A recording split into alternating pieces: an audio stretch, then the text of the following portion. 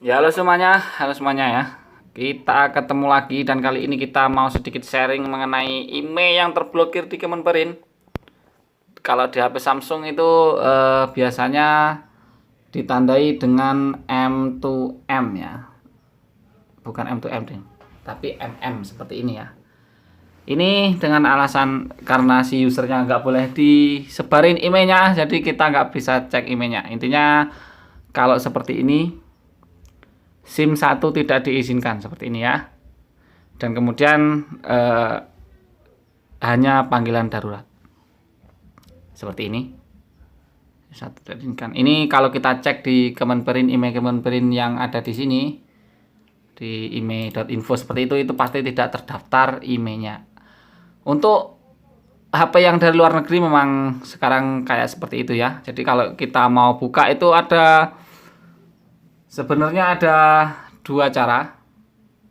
Yang pertama bisa pakai cara yang dirubah identitasnya.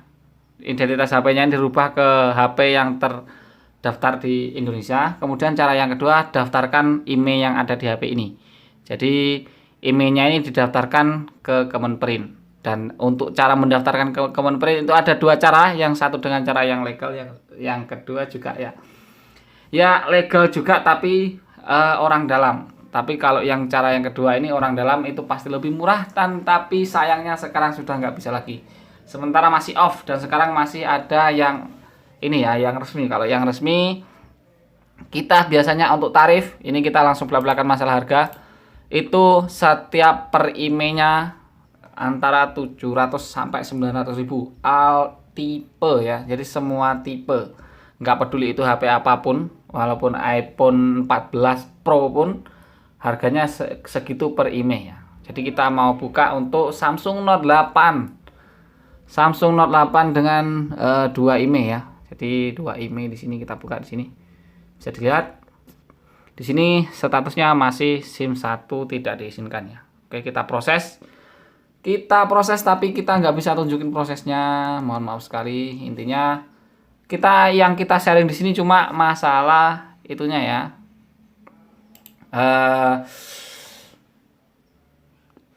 Jalan keluarnya apa intinya ya, kira-kira ada jalan keluarnya atau enggak ya. Intinya masih ada jalan keluar supaya bisa digunakan lagi. Yang pertama pakai smartphone.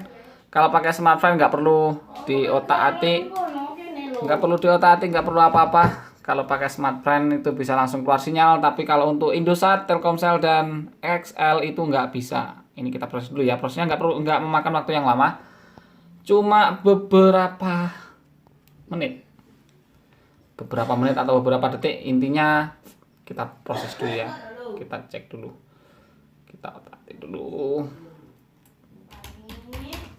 kita masukin dulu ininya, emailnya ya. Ini jadi di komputer kita yang satunya, yang sebelah sini. Jadi ini ngomong-ngomong kita di situ ngupload file. Nah, ini komputer yang sebelah sini yang kita untuk eksekusi. Oke, kita eksekusi dulu ya. Mohon maaf sekali nggak bisa di-share. Intinya kita jasanya sekitar itu. Kalau dulu kita masih di kisaran untuk satu IMEI, untuk yang satu IMEI itu harganya 400.000, kalau dua IMEI 600.000. Itu kalau untuk yang harga dulu. Sekitar 2 bulan yang lalu. Sekarang nggak ada orang dalam lagi. Kita nggak bisa pakai orang dalam. Harganya melonjak tinggi per IMEI sekarang ya. Kisaran 700 sampai 900 tergantung yang menggantungkan tarifnya itu dari sananya ya. Kita nggak tahu entah kenapa, pokoknya kalau email ini harganya segini, email ini harganya segini, seperti itu ya. Itu kalau yang mau didaftarkan emailnya. Kalau yang mau ngerubah emailnya ya kita biasanya kalau dirubah email itu rubah email. Kalau hanya rubah email biasanya tetap nggak keluar sinyal, tapi plus Mi ID-nya ya, harus sama ininya, sama identitasnya. Intinya Mi ID apa ngarani. Yes, pokoknya kayak gitu-gituan. Nah, itu bisa ini ya, bisa otomatis nanti emailnya terdaftar dan juga Mi ID-nya juga terdaftar. Nah, ini sudah ini. Proses selesai, done. Sekarang kita cek apakah sudah keluar jaringannya. Ini masih HP yang sama ya. Tapi si user nggak boleh dilihatin emailnya, jadi kita mau nggak mau ya seperti ini. Nah, sekarang sudah keluar 4G Telkomsel, masih pakai sama ya Telkomsel nih. Tuh Telkomsel udah keluar. Kita buka dulu. SIM 1 Telkomsel. Sekarang sudah otomatis kayak gini ya. Jadi kayak langsung kayak langsung buka pendeteksian seperti itu. Nah, seperti ini. Sekarang udah keluar kartu Telkomselnya. Oke, jadi itu tadi ya kita mengenai masalah email di Kemenperin. Kita bukannya nggak mau buka caranya, tapi memang ini permintaan dari pihak sananya itu nggak boleh nggak boleh di share. Intinya kita kalau teman-teman mau yang langsung yang cara yang normal, nggak bisa dari rumah seperti ini, itu harus datang ke bea cukai. Jadi harus daftar ke bea cukai sendiri. Itu mungkin biayanya juga mungkin bisa lebih mahal. Tapi kalau kita jasa seperti ini, itu memang hanya orang-orang tertentu yang dikasih izin ya. Jadi memang yang bergerak di bidang servis HP dan juga yang bergerak ya intinya pokoknya harus bergerak di bidang jasa seperti itu. Memang tidak untuk umum, intinya seperti itulah. Kurang lebih seperti itu. Jadi untuk tarifnya juga lebih murah karena kita istilah belantik itu harus dikasih setan harga, nggak boleh ngepres-ngepres. Intinya untuk tarif sekarang itu 700 sampai 900 ribu per email. Jadi kalau emailnya 2 silahkan dikalikan sendiri ya. Jadi kalau emailnya kalau emailnya 2, kalau dulu itu masih ada kayak potongan harga, tapi kalau sekarang email 2, email 1 sama saja. Sekarang ketentuannya seperti ini ya. Kita bacakan untuk aturan mainnya. Ini untuk aturan main ini enak berapa? Oh enggak ada ya. Oke. Enggak ada. Ini untuk aturan mainnya ya. Untuk aturan main yang mau dibuka emailnya ini kok guys, fokus kamera kok elemen. Nah, nih.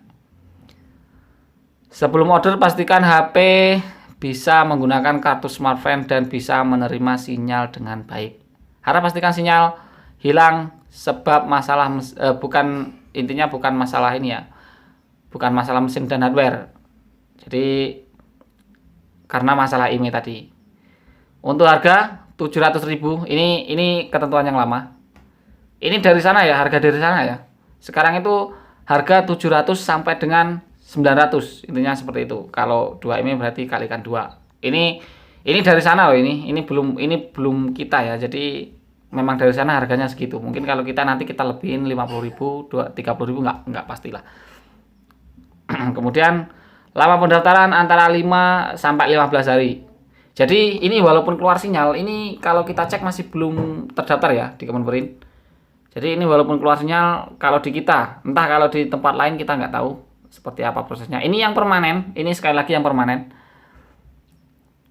Ini yang permanen ya, harga sekitar itu dan prosesnya 5 sampai 15 hari, paling lama 3 minggu. Itu tapi belum pernah sih kalau kita yang ngalaminya sampai 3 minggu. Ini yang permanen, tapi kalau untuk yang nggak permanen itu seperti ada yang paket yang 3 bulan. 3 bulan, kemudian ada 6 bulan, kemudian ada 1 tahun, dan juga yang terakhir permanen. Itu ada harganya lebih murah, tapi saya tidak menyarankan untuk yang itu ya. Karena yang 3 bulan itu kita hanya didaftarkan sebagai turis. Jadi kita dianggap sebagai turis di sini.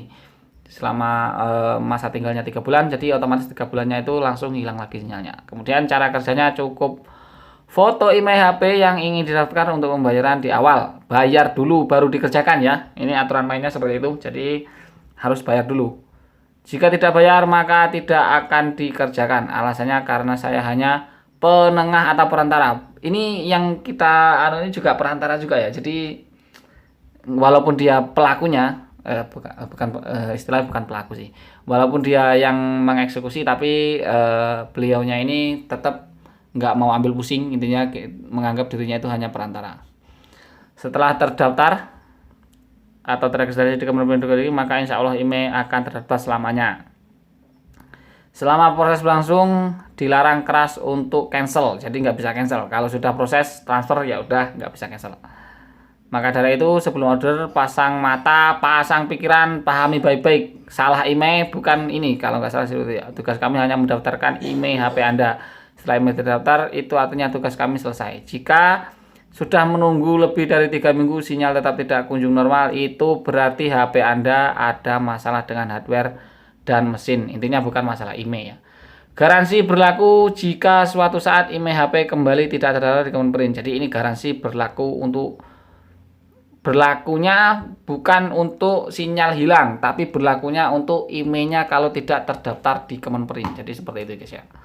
Itu hanya sedikit penjelasan kita eksekusinya seperti ini. Nah, kalau untuk kita pasang 2 kartu bisa nggak?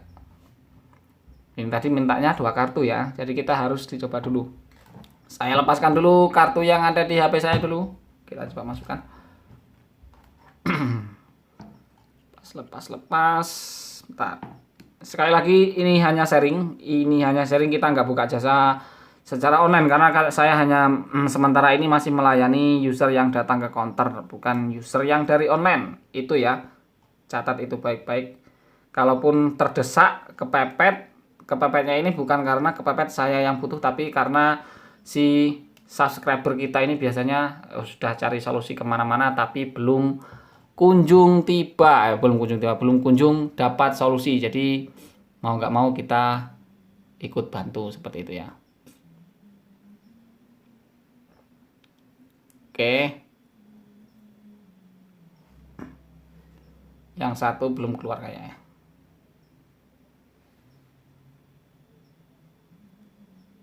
Ya, IMEI-nya masih belum keluar untuk yang satunya. Sebentar. Oh, keluar semua ya. Ininya keluar semua.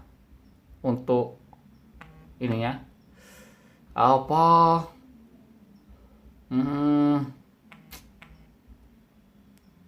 Sinyal ngacir semua. Tuh keluar semua. Oke lah. Jadi mungkin hanya itu dulu video kita kali ini ya. Semoga videonya bermanfaat. Mohon maaf bila ada salah kata ya. Jangan lupa terus ikuti kita dengan cara diklik subscribe dan dinyalakan lonceng notifikasinya. Dan kita ketemu lagi di video berikutnya ya. Bye bye. Thank you. Oke, ya.